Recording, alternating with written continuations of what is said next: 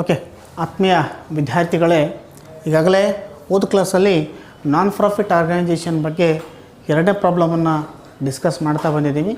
ಪ್ರಾಬ್ಲಮನ್ನು board ಮೇಲೆ ಬರೆದು ಆ ಪ್ರಾಬ್ಲಮ್ನ ಡಿಕ್ಟೇಟ್ ಮಾಡಿ ಡಿಸ್ಕಷನ್ ಮಾಡಿದ್ದೀವಿ. ರಿಸಿಪ್ಟ್ಸ್ ಆ್ಯಂಡ್ ಪೇಮೆಂಟ್ ಅಕೌಂಟ್ಸ್ ಕೊಟ್ಟಿದ್ದಾರೆ.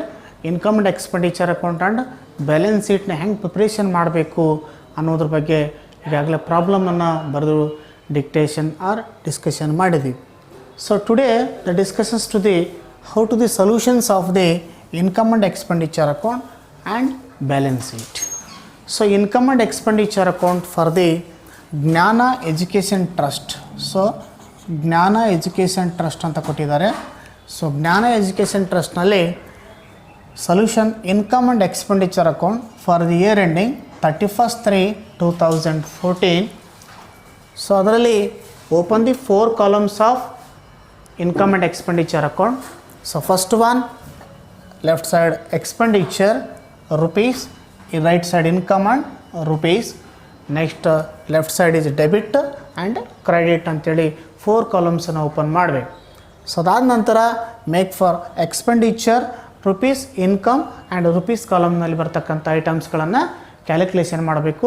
ಎದ್ರ ಮೇಲೆ ಬೇಸ್ ಅಂದರೆ ಪ್ರಾಬ್ಲಮ್ಗಳನ್ನು ಐಡೆಂಟಿಫಿಕೇಷನ್ಸ್ ಆಫ್ ಪ್ರಾಬ್ಲಮ್ಗಳು after the they make the solutions of the each and every one points will take for either expenditure side, otherwise income side. So make the take for the first for the discussions to the value of our expenditure, very carefully observations of our problem. You see the some problem is there, our answer the clear. So first receipts and payment account for the 31st/3/2014 is received. So make for the first payment side. So payment side is nothing but it is expenditure. ಹೌದಾ, payment side ಇರ್ತಕ್ಕಂಥವು ಏನಾಗ್ತವೆ, expenditure ಆಗ್ತಾ ಬರ್ತವೆ. So ಹಾಗಾಗಿ ನಾವು payment side ಇರ್ತಕ್ಕಂಥ ಐಟಮ್ಸ್ಗಳನ್ನು take for one by one. Take for the first one by building rupees 1 lakh. So building 1 lakh rupees. So building it is a fixed asset. So that asset will be transfer for the balance sheet in the asset side. ಓಕೆನಾ, balance ಶೀಟಲ್ಲಿ asset ಸೈಡ್ನಲ್ಲಿ ತೊಗೊಳ್ತಾ ಬರ್ತೀವಿ. Otherwise ಏನಾದರೂ depreciation ಏನಾದರೂ ಅಥವಾ appreciation ಏನಾದರೂ ಇದ್ದರೆ ಅದನ್ನು ಡಿಡಕ್ಷನ್ ಮಾಡಿ ಔಟ್ರ್ ಕಾಲಮಲ್ಲಿ ತೊಗೊಳ್ತಾ ಬರಬೇಕು. ಅಪ್ರಿಷಿಯೇಷನ್ ಇದ್ದರೆ ಹ್ಯಾಡ್ ಮಾಡಬೇಕು, ಡಿಪ್ರಿಷಿಯೇಷನ್ ಇದ್ದರೆ ಡಿಡಕ್ಷನ್ ಅಥವಾ ಅದರ ಡಿಪ್ರಿಷಿಯೇಷನ್ ಕಳೆದು ಔಟ್ರ್ ಕಾಲಮ್ಗೆ ಬ್ಯಾಲೆನ್ಸ್ ಶೀಟ್ನಲ್ಲಿ ತೋರಿಸ್ಬೇಕಾಗುತ್ತೆ. So second one furniture. So furniture also one of the fixed asset. So furniture value also the dictations to the our value. So that is transferred to the our balance sheet for asset side. In case of either adjustment is given by the some depreciation or appreciation value, either depreciation will be deductions of the value to the asset side of the balance sheet, either appreciation of the value in added to the total value of the balance sheet only. That is for the second one for payment side of the furniture value. So third one take for library books also. So library books also, that is one of the asset value, that is also the transfer to the balance sheet in asset side. So asset side will be transferred to the books, library books also rupees 10,000. So next one by salary. So very carefully observations of salary. Salary is rendered to the service to the our trust or club members or working persons. They paid to the salary. That is a salary is a payments of expenditure. That is treated to the expenditure amount rupees 24,000. Rupees 24,000. It is a take for the expenditure side. So you see to salary rupees 24,000 rupees. So next to take for the some adjustment is there. Take for the first adjustment number 1, you take for the first one to salary of outstanding rupees 1,000. So outstanding salary is received for the our salary purpose. To take for the outstanding salary for had the outstanding salary rupees 1,000. So total 24,000 plus 1,000, 25,000 take for the outer column of expenditure side. So take for the next point, printing and stationery. So printing and stationery also one of the expenditure, because some purpose of expenses during by the our organizations or trust. So that is also the considered of the value to the our expenditure. You take for expenditure or income account nalli expenditure side will be counted to printing and stationery rupees 1250. So in case of any outstanding printing is there, you had it, there is no outstanding expenses. ಹಾಗಾಗಿ ಇಲ್ಲಿ ಯಾವುದೇ ರೀತಿ outstanding expenses ಕೊಟ್ಟಿಲ್ಲ, ನೇರವಾಗಿ printing and stationery expenditure ಆಗುತ್ತೆ, ಅದನ್ನು outer ಕಾಲಮ್ನಲ್ಲಿ ತೊಗೋಬೇಕು. So next one point you take for telephone charges. So telephone charges also one of the charges the communication between by the members or workers to the our trust activities. That purpose you take for the some points is expenditure. So expenditure is counted for income and expenditure side nalli expenditure ಅಲ್ಲಿ consider ಮಾಡಬೇಕು. So expenditure amount of decided to rupees 500 ಎಷ್ಟಿದೆ, ₹500 outer ಕಾಲಮ್ನಲ್ಲಿ ತೊಗೋಬೇಕು. So next one take for the problem by sports material 1/4/2013 ಅಂತಿದೆ. Sports materials ಅಂದರೆ ಇದೆ sports materials the purchase to the materials value ₹4,000. So 4,000 sports materials also it is a asset value that will transfer to the our balance sheet of asset side. But in case of the depreciation of the our sports material, you take for the expenditure side. So you take for the adjustment number 2, depreciation on sports material at 20% ಅಂತ ಕೊಟ್ಟಿದ್ದಾನೆ. So it is given by the adjustment of 20% of sports materials, ₹4,000 deductions of the value. So make it for to depreciation on sports material ₹4,000 given by the 4,000 of the given by the problem. So percentage is 20. So 4,000 into 20 divided by 100, the 2020 is cancelled. 40 into 80 is given by ₹800 of depreciation value. So that depreciation amount will transfer to the balance sheet of asset side. Sports materials 4,000, deductions of 800, remaining 3,200 amount will be transfer of the balance sheet of asset side. So next to take for the point 1 by office expenses. So office expenses also some expenses. So expenditure, something for any expenditure for arises, thus that expenses will be treated to the our expenditure side. So that expenditure of our valuations of office expenses ₹400 you take for the ₹400. So next balance of cash ಅಂತ ಕೊಟ್ಟಿದ್ದಾರೆ. So balance of cash ₹1,910 ಅಂತ ಕೊಟ್ಟಿದ್ದಾರೆ. So ಆ ಬ್ಯಾಲೆನ್ಸನ್ನ ನಾವು balance ಶೀಟ್ನಲ್ಲಿ take for the asset ಸೈಡ್ನಲ್ಲಿ current ಅಸೆಟ್ನಲ್ಲಿ ತಗೊಳ್ತಾ ಬರ್ತೀವಿ, ಹಾಗಾಗಿ ಅದನ್ನು ಬ್ಯಾಲೆನ್ಸ್ ಶೀಟಿಗೆ ಟ್ರಾನ್ಸ್ಫರ್ ಮಾಡ್ತಾ ಹೋಗೋಣ. So next coming for receipt side, take for the 1 by 1. Receipt side will be incomes. Receipt side will be transfer for the treated by the incomes or revenues ಅಂತ ಕರಿತಾ ಬರ್ತೀವಿ. ಸೊ ಅದರಲ್ಲಿ ಯಾವ ಬರ್ತವೆ ಅನ್ನೋದನ್ನು 1 by 1 ನೋಡ್ತಾ ಹೋಗೋಣ. Take for the problem, see the problem point number receipt side. Life membership fee. So life membership means nothing but it is one of the fee all members are trust members or club members. So the first will be donated to the our life membership fee. That fee will be treated for the capital fund. Okay na, the capital fund, that capital fund will be transferred to the balance sheet of liabilities side. So capital side balance sheet ನಲ್ಲಿ capital fund ನಲ್ಲಿ life membership ನ consider ಮಾಡ್ತಾ ಬರ್ತೀವಿ. Otherwise adjustment of declaration by capitalized, some items will be capitalized ಅಂತಂದರೆ ಆ capital ಐಟಮ್ಸ್ನಲ್ಲಿ ತೊಗೋಬೇಕಾಗುತ್ತೆ. So ಹೀಗಾಗಿ life membership fee also the considerations of the ₹4,000 ಎಷ್ಟು ಕೊಟ್ಟಿದ್ದಾರೆ, ₹4,000 ಎಲ್ಲಿ ಮಾಡ್ತೀವಿ ಅಂದರೆ ನಾವು ಬ್ಯಾಲೆನ್ಸ್ ಶೀಟಿಗೆ ಲೈಬಿಲಿಟಿ ಸೈಡ್ನಲ್ಲಿ ಕ್ಯಾಪಿಟಲ್ ಫಂಡಿಗೆ ಟ್ರಾನ್ಸ್ಫರ್ ಮಾಡ್ತಾ ಬರ್ತೀವಿ. Second one to building donations ಅಂತ ಕರಿತೀವಿ. ಸೊ ಬಿಲ್ಡಿಂಗಿಗೆ ಡೊನೇಷನ್ಸ್, ಅನಲಬಿಲಿಟಿ ಆಫ್ ಡೊನೇಷನ್ಸ್ ದೇಣಿಗೆ ಕೊಟ್ಟಿದ್ದಾರೆ. ಸೊ ಅದರಲ್ಲಿ the donations for specifications are 2 types of donations also received. In the otherwise special donations are general donations also issued. The special donation for the purpose of special either constructions of building, swimming pool, something constructions, valuations of the amount. they received by our donation activities. That donation sheet is also the considerations of balance sheet for the liability side capital fund.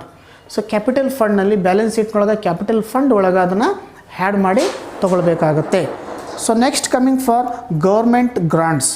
To government grant is received for the something lump sum amount is received some purpose of activities by the trust. So that is also the treated to the income or revenue amount. So that is also the income and expenditure ಸೈಡ್ನಲ್ಲಿ income ಸೈಡ್ನಲ್ಲಿ ತೊಗೋಬೇಕು by government grants. Rupees ಎಷ್ಟು ಅಂತ ಕೊಟ್ಟಿದ್ದಾನೆ 30,000. ಆ 30,000 ರುಪೀಸ್ನ valuations of ಔಟ್ರ್ ಕಾಲಮಲ್ಲಿ ಆಗ್ತಾ ಬರಬೇಕು. So take for next point admission fee ಅಂತ ಕೊಟ್ಟಿದ್ದಾನೆ. So admission fee or entrance fee both are same. So admission fee or entrance fee or in case of members will be admitted or members is fee is counted by the total fund is received. So that fund or that fee is treated to the our capital item. So in case of there is no capital items, capitalized ಅಂತ ಕೊಟ್ಟಿಲ್ಲ ಅಂತಂದಾಗ it is a considerations of income ಆಗ್ತದದು. But ಅಡ್ಜಸ್ಟ್ಮೆಂಟಲ್ಲಿ ಕೊನೆಗೆ ಒಂದು ಕೊಟ್ಟಿದ್ದಾನೆ. C fifth ಒಂದು ಅಡ್ಜಸ್ಟ್ಮೆಂಟಲ್ಲಿ ಕೊಟ್ಟಿದ್ದಾನೆ, admission fee are to be capitalized. Admissions are to be capitalized ಅಂದರೆ ಕ್ಯಾಪಿಟಲ್ ಐಟಮ್ಸಾಗಿ ಕನ್ಸಿಡರ್ ಮಾಡಿರಿ. ಹಾಗಾಗಿ ಏನು ಮಾಡ್ಬೋದು ಅಂದರೆ ನಾವು ಅಡ್ಮಿಷನ್ಸ್ ಆಫ್ ಕ್ಯಾಪಿಟಲೈಸ್ಡ್ ಅಂದರೆ it's a transfer to the balance sheet of liability ಸೈಡ್ನಲ್ಲಿ ಕ್ಯಾಪಿಟಲ್ ಫಂಡ್ನಲ್ಲಿ ನಾವು ಏನು ಮಾಡಬೇಕಂತಂದರೆ ಅಡ್ಮಿಷನ್ ಫೀ ರುಪೀಸ್ ಎಷ್ಟಿದೆ ಅಂತಂದ್ರೆ ಅದ್ರ 10,000. ಸೊ 10,000 ರುಪೀಸ್ ಕೊಟ್ಟಿದ್ದಾರೆ. ಆ 10,000 ರುಪೀಸ್ನ ಕ್ಯಾಪಿಟಲ್ ಫಂಡ್ನಲ್ಲಿ ಬ್ಯಾಲೆನ್ಸ್ ಶೀಟ್ನಲ್ಲಿ ತೊಗೊಳ್ತಾ ಹೋಗೋಣ. So next one to subscription. So in case of ಏನಾದರೆ ಒಂತಿಗೆ ನೀಡಿದರೆ ಅದರಲ್ಲಿ subscription amount received by outstanding subscription ಇದ್ದರೆ ಅದನ್ನು ಹ್ಯಾಡ್ ಮಾಡಿ ತೊಗೋಬೇಕು. ಅಡ್ಜಸ್ಟ್ಮೆಂಟಲ್ಲಿ ಕೊಟ್ಟಿದ್ದಾನೆ. ಅಡ್ಜಸ್ಟ್ಮೆಂಟ್ ನಂಬರ್ 3ನಲ್ಲಿ ಕೊಟ್ಟಿದ್ದಾನೆ ಔಟ್ಸ್ಟ್ಯಾಂಡಿಂಗ್ ಸಬ್ಸ್ಕ್ರಿಪ್ಷನ್ ರುಪೀಸ್ 450 ಅಂತ ಕೊಟ್ಟಿದ್ದಾನೆ. 450 ರೂಪಾಯಿ ಔಟ್ಸ್ಟ್ಯಾಂಡಿಂಗ್ ಸಬ್ಸ್ಕ್ರಿಪ್ಷನ್ ಕೊಟ್ಟಿದ್ದಾನೆ. ಅಥವಾ ಅದರ ಜೊತೆಗೆ ಮತ್ತೊಂದಿಗೆ ಕಂಟಿನ್ಯೂ ಕೊಟ್ಟಿದ್ದಾನೆ ಸಬ್ಸ್ಕ್ರಿಪ್ಷನ್ ರಿಸೀವ್ಡ್ ಇನ್ ಅಡ್ವಾನ್ಸ್ ಅಂತ ಕೊಟ್ಟಿದ್ದಾನೆ. ಸಬ್ಸ್ಕ್ರಿಪ್ಷನ್ ರಿಸೀವ್ಡ್ ಇನ್ ಅಡ್ವಾನ್ಸ್ ಅಂದರೆ ಹೌದು ಔಟ್ಸ್ಟ್ಯಾಂಡಿಂಗ್ ಸಬ್ಸ್ಕ್ರಿಪ್ಷನ್ ಒಳಗೆ ಫಸ್ಟ್ ಸಬ್ಸ್ಕ್ರಿಪ್ಷನ್ ತೊಗೋಬೇಕು.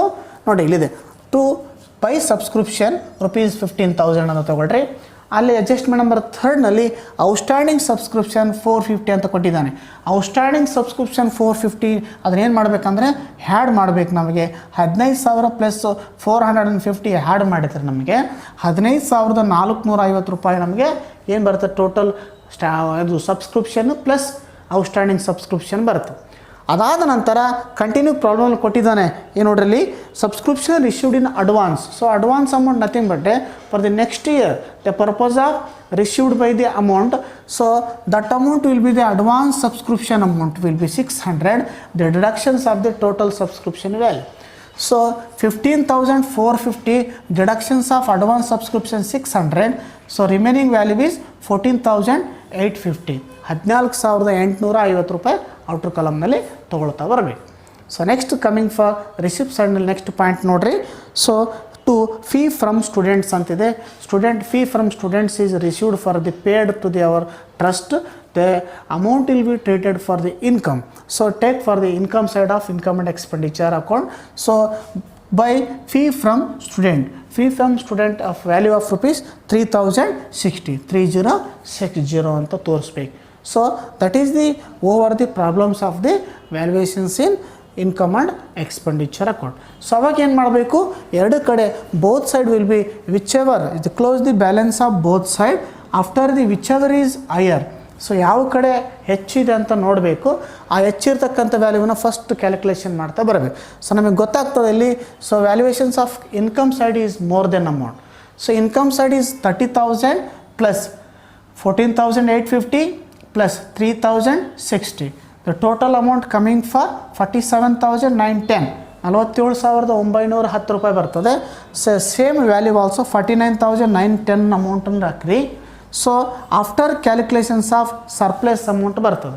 ಸೊ ಹಾಗಾದರೆ ಇಲ್ಲಿ ಎಷ್ಟಿರ್ತದೆ ಇಲ್ಲಿ ರಿಮೈನಿಂಗ್ ಅಮೌಂಟ್ ಕಡಿಮೆ ಇದೆ ಹೌದಾ. 25,000 plus 1,250 plus 500 plus 400 plus 800 plus 5,000.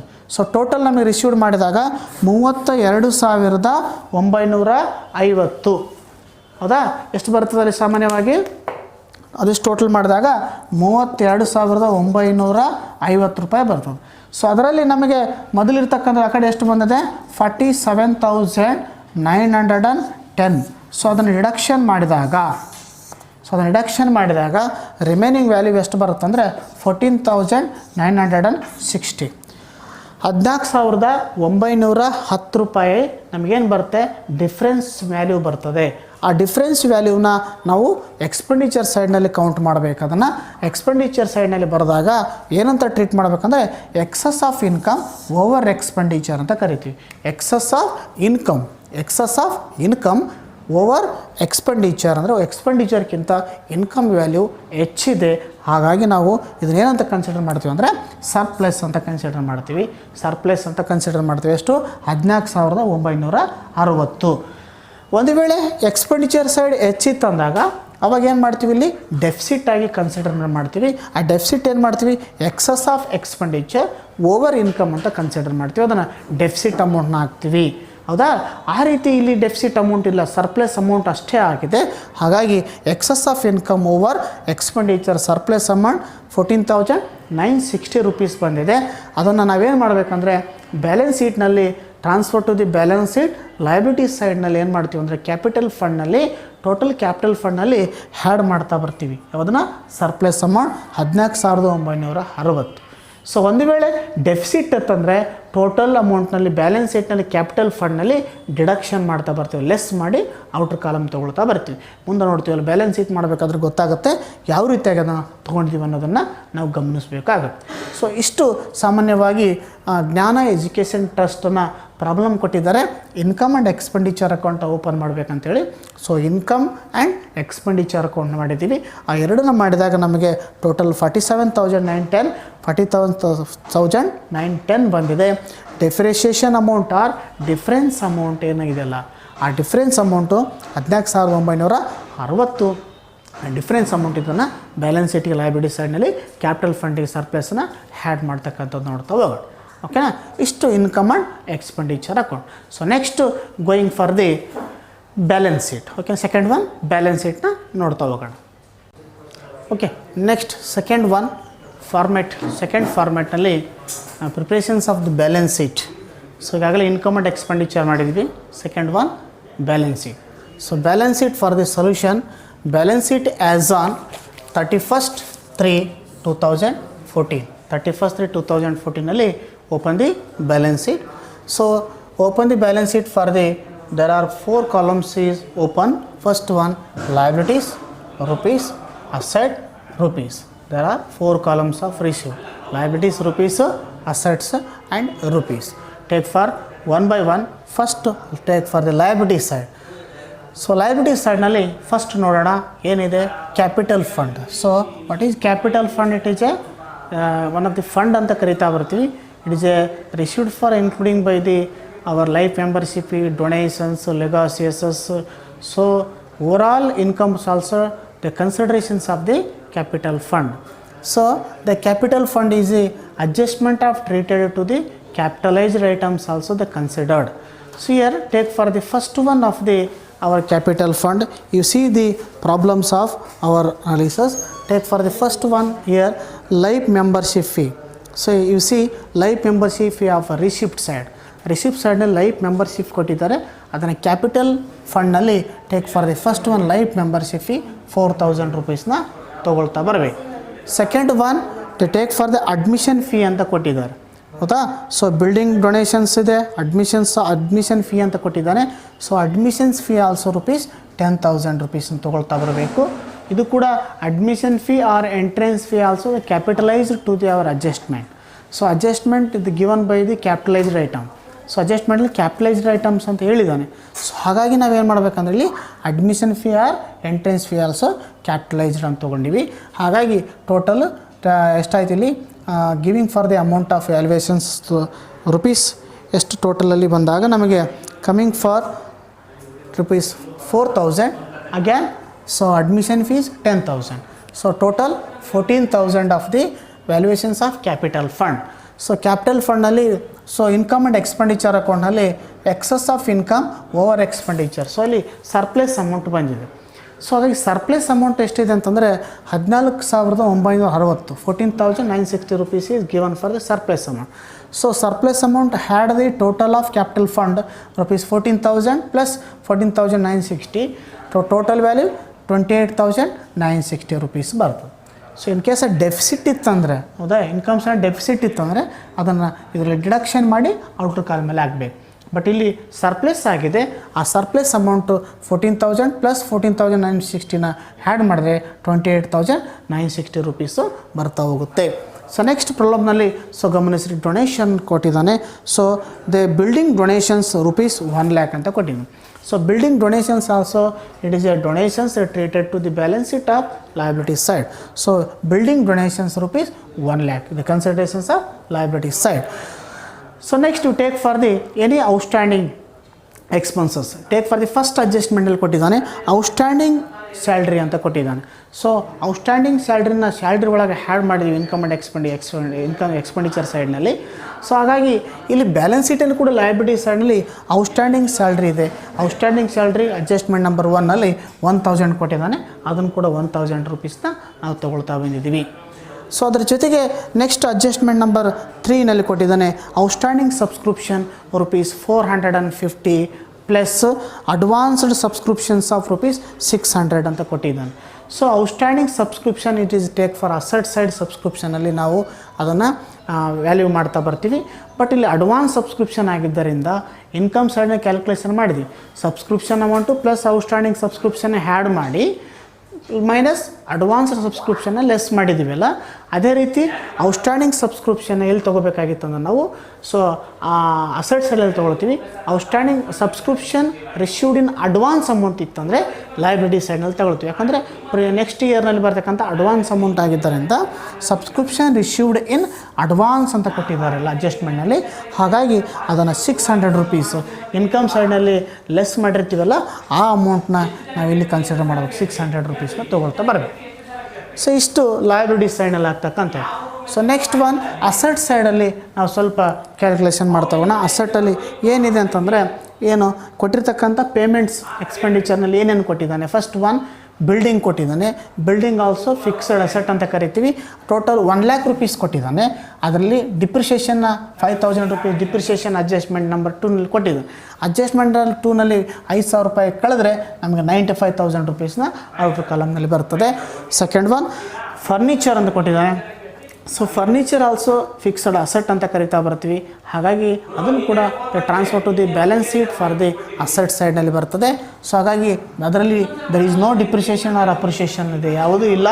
ಹಾಗಾಗಿ ಆ ಫರ್ನಿಚರ್ ಅಮೌಂಟ್ 20,000ನ ಔಟರ್ ಕಾಲಮ್ನಲ್ಲಿ ಆಗ್ತಾ ಬರಬೇಕು.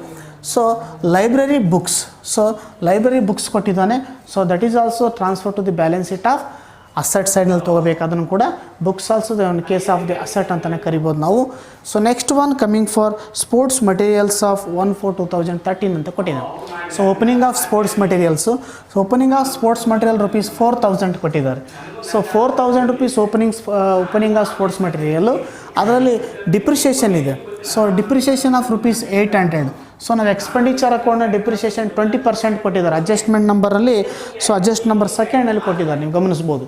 ಸೊ ಅದರಲ್ಲಿ 20% ಆಫ್ ಡಿಪ್ರಿಷಿಯೇಷನ್ ಕೊಟ್ಟಿದ್ದಾರೆ. ಹಾಗಾಗಿ 4 2 ಜಾ 8 ಅಂದರೆ 800 ರೂಪೀಸು ಅಲ್ಲಿ ಡಿಪ್ರಿಷಿಯೇಷನ್ ಬಂದಿದೆ ಎಕ್ಸ್ಪೆಂಡಿಚರ್ ಸೈಡ್ನಲ್ಲಿ ಈಗಾಗಲೇ ಮಾಡಿದ್ದೀವಿ. ಸೊ ಅದನ್ನೇ ನಾವೇನು ಮಾಡಬೇಕಂದ್ರೆ ಡಿಪ್ರಿಷಿಯೇಷನ್ 800 ರೂಪೀಸ್ ಡಿಡಕ್ಷನ್ ಮಾಡಿದರೆ ರಿಮೈನಿಂಗ್ ಅಮೌಂಟ್ 3,200 ರೂಪೀಸ್ನ ಬರ್ತದೆ.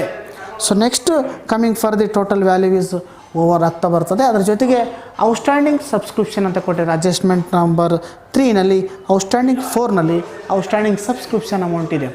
ಔಟ್ಸ್ಟ್ಯಾಂಡಿಂಗ್ ಸಬ್ಸ್ಕ್ರಿಪ್ಷನ್ ಅಮೌಂಟ್ ಕೂಡ ನಾವು ಇನ್ಕಮ್ ಸೈಡ್ನಲ್ಲಿ ಏನು ಮಾಡಿದ್ದೀವಲ್ಲ ಅಲ್ಲಿ ಸಬ್ಸ್ಕ್ರಿಪ್ಷನ್ ಅಮೌಂಟಿಗೆ ಹ್ಯಾಡ್ ಮಾಡಿದ್ದೀವಿ. ಹಾಗಾಗಿ ಅಸೆಟ್ ಸೈಡ್ನಲ್ಲಿ rupees 450 ರೂಪೀಸ್ನ ತೊಗೊಳ್ತಾ ಬರಬೇಕು. ಸೊ ಇನ್ನೊಂದು 600 ಇದೆಯಲ್ಲ ಅದನ್ನು ನಾವು ಇಲ್ಲಿ ತೊಗೊಂಡಿದ್ದೀವಿ. ಸೊ ಅದು ಅಡ್ವಾನ್ಸ್ ಅಮೌಂಟ್ ಅಂತ ನಾವು ಕನ್ಸಿಡರ್ ಮಾಡೋದ್ರಿಂದ ಅದು ಲಯಬಿಲಿಟಿ ಸೈಡ್ ಬರ್ತದೆ, ಇದು ಅಸೆಟ್ ಸೈಡಲ್ಲಿ ಬರ್ತಾ ಹೋಗುತ್ತೆ. ಸೊ ಕೊನೆಯದೊಂದು ಪಾಯಿಂಟ್ ಇದೆ ಪೇಮೆಂಟ್ ಸೈಡ್ನಲ್ಲಿ ಗಮನಿಸ್ಬೋದು, ಬೈ ಬ್ಯಾಲೆನ್ಸ್ ಆನ್ ಕ್ಯಾಶ್ ಅಂತಿದೆ. ಸೊ ಬ್ಯಾಲೆನ್ಸ್ ಆನ್ ಕ್ಯಾಶ್ ಅಂದರೆ ಇದು ಕರೆಂಟ್ ಅಸೆಟ್ ಅಂತ ಟ್ರೀಟ್ ಮಾಡ್ತೀವಿ. ಹಾಗಾಗಿ it is a amount is considerations of cash in hand. So cash in hand amount for transfer to the asset side 1,910 1910 ರೂಪಾಯಿನ ನಾವು current asset ಅಂತ treat ಮಾಡ್ತೀವಿ, ಅದನ್ನು ಎಲ್ಲಿ ಅಸೆಟ್ ಸೈಡಲ್ಲಿ ಟ್ರೀಟ್ ಮಾಡ್ತಾ ಬರ್ತೀವಿ. ಹಾಗಾಗಿ ಎರಡು ಕಡೆ ಅವಾಗ ಕ್ಲೋಸ್ ಮಾಡ್ತಾ ಹೋಗೋಣ ನಾವು. Balance sheet both side will be close the value. So take for the had for the total amount 95,000 plus 20,000 plus 10,000 plus 3,200 plus 450 plus 1,910. So coming for the amount of value is 1,30,560, 1,30,560 ಬರ್ತದೆ. So ಅದೇ ರೀತಿ liability ಸೈಡ್ನಲ್ಲಿ ಕೂಡ ಇರ್ತಕ್ಕಂಥದ್ದು 28,960 plus 1,00,000 plus 1,000 plus 600, ಹೌದಾ? 28,960. ಅದಕ್ಕೆ 1,00,000 ಕೂಡಿಸ್ರಿ, ಮತ್ತು 1,00,000 ಮತ್ತೆ ಎಷ್ಟು 1,000 ಇದೆ, 1,000 ಹ್ಯಾಡ್ ಮಾಡಿ ಕೂಡಿಸ್ರಿ. ನೆಕ್ಸ್ಟು 600 ಇದೆ, ಅದನ್ನು ಕೂಡಿಸಿದಾಗ ಟೋಟಲ್ ವ್ಯಾಲ್ಯೂ ಎಷ್ಟು ಅಂದರೆ 1,30,560. So both side of balance sheet will be Tally. So liability side is over the balance, total balance is 1,30,560. asset side also 1,30,560. So that is for the balance sheet of Jnana education trust ಅಂತ ಕೊಟ್ಟಿದ್ದಾರೆ. ಅದರದ balance ಶೀಟನ್ನು ನಾವು just identification ಮಾಡಿದಾಗ liabilities rupees, assets ರುಪೀಸ್ನಲ್ಲಿ easy calculation ಮಾಡ್ತಾ ಬಂದ್ವಿ. So ಇಷ್ಟು ನಮಗೆ ಬ್ಯಾಲೆನ್ಸ್ ಶೀಟಲ್ಲಿರ್ತಕ್ಕಂಥದ್ದು. ಸೊ ಇದನ್ನು ಬ್ಯಾಲೆನ್ಸ್ ಶೀಟ್ ಕ್ಯಾಲ್ಕುಲೇಷನ್ ಮಾಡಬೇಕಾದ್ರೂ ಕೂಡ ನಮಗೆ ರಿಸಿಪ್ಟ್ಸ್ ಆ್ಯಂಡ್ ಪೇಮೆಂಟ್ ಐಟಮ್ಸು ಮತ್ತು ಅಡ್ಜಸ್ಟ್ಮೆಂಟನ್ನು ಎರಡನ್ನ ಭಾಳ ಸೂಕ್ಷ್ಮವಾಗಿ ಗಮನಿಸಿದಾಗ ಎಲ್ಲೆಲ್ಲಿ ಅಡ್ಜಸ್ಟ್ಮೆಂಟು ಬರುತ್ತದೆ ಅಥವಾ where is going for the adjustment will take for either expenditure, income, liabilities, assets ಅನ್ನುವಂಥದ್ದನ್ನು ಸ್ವಲ್ಪ ಕೇರ್ಫುಲ್ಲಾಗಿ ಅಬ್ಸರ್ವೇಷನ್ ಮಾಡಿದಾಗ so prepare to the our balance sheet. ಓಕೆನಾ? Jnana education trust problems, income and expenditure account and balance sheet will be over.